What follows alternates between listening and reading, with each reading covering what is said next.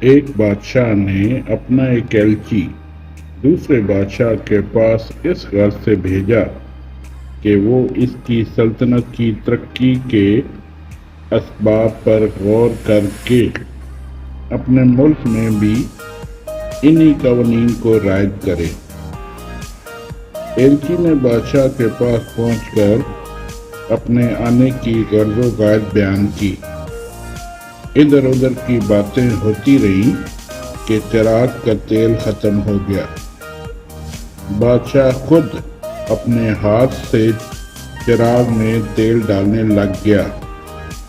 ایلچی نے کہا کہ غلام کو کیوں نہیں کہہ دیتے؟ بادشاہ نے کہا اس کی آنکھ لگ گئی ہے اور ابھی اس کی کچی نیند ہے، اس وقت جگانا مناسب نہیں۔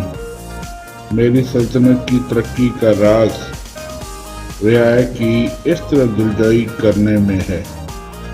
آپ کا بادشاہ بھی انہی باتوں کو اختیار کرے تو سلطنت خود بخود ترقی پذیر ہو سکتی ہے۔